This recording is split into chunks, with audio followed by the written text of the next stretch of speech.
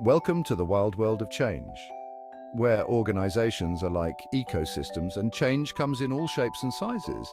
Today we're diving into the wild, exploring the four major process models of change with some fun twists along the way. Buckle up!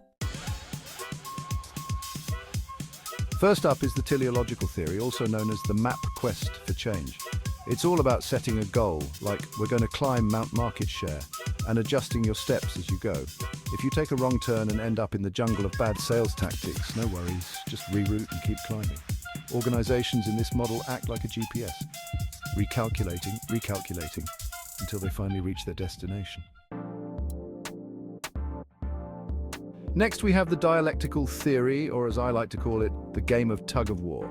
This theory sees change as a battle between two opposing forces. Picture two departments, both convinced their way is the right way, kind of like kids fighting over the last cookie. It's messy, chaotic, and sometimes hilarious to watch, but in the end, the winner gets to set the rules, and that's how change happens. Peace treaties, optional. Now let's talk about the life cycle theory. This one's like the circle of organizational life. Cue the Lion King music. You start as a cute little startup cub, grow into a majestic, fully grown business lion, and eventually, well, let's just say some companies end up back in the food chain. It's all part of nature, unless of course you figure out how to evolve, which leads us to the evolutionary theory, also known as survival of the fittest organizational edition. In this model, you don't get to choose your destiny. External pressures do. Imagine an organization as a squirrel frantically adapting to a changing forest. The market wants smartphones now. Quick, drop the landlines and start making apps. The name of the game here is adapt or become extinct. Better start practicing your squirrel-like agility. Now let's get a little more reactive.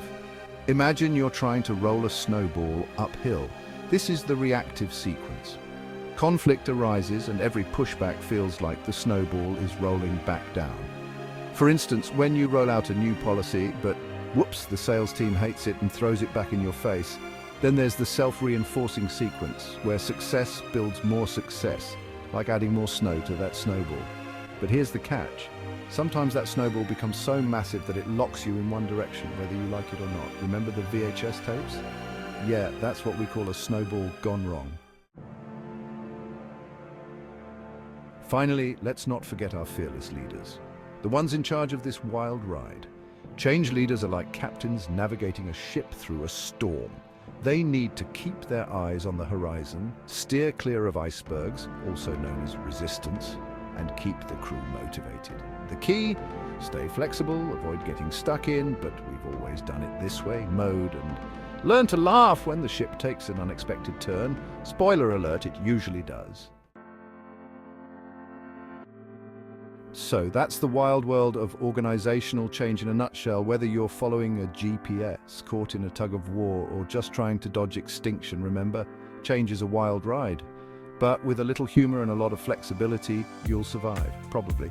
If you enjoyed this chaotic cartoon adventure, hit that like button, subscribe, and don't forget to share your own organizational change war stories in the comments.